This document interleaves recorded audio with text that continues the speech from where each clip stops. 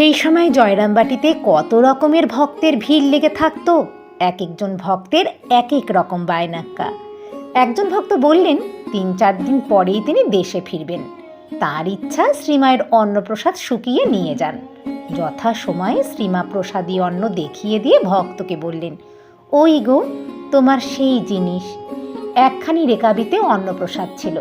ভক্ত তা নিয়ে শ্রীমায়ের ঘরের সম্মুখে ঝুলানো একখানি টিনের ওপর শুকোতে দিলেন। মা সাবধান করে দিলেন, দেখো যেন কাকে না মুখ দেয়। ভক্ত তখনই সেখানে ফিরে আসবেন বলে বাইরে গিয়ে তামাক খেতে খেতে প্রসাদের কথা ভুলে ঘুমিয়েই পড়লেন। প্রায় ৩টের সময় ঘুম ভাঙলেই যখন ওই কথা মনে পড়ল, তখন ত্রস্তভাবে ভিতরে গিয়ে দেখেন মা ঠিক একই জায়গায় একইভাবে বসে আছেন। লজ্জিত হয়ে ভক্ত জিজ্ঞাসা করলেন, মা আজ আপনার বিশ্রাম হয়নি? মা বললেন, না বাবা, তোমার ওটিতে পাছে কাকে মুখ দেয় তাই বসে আছি।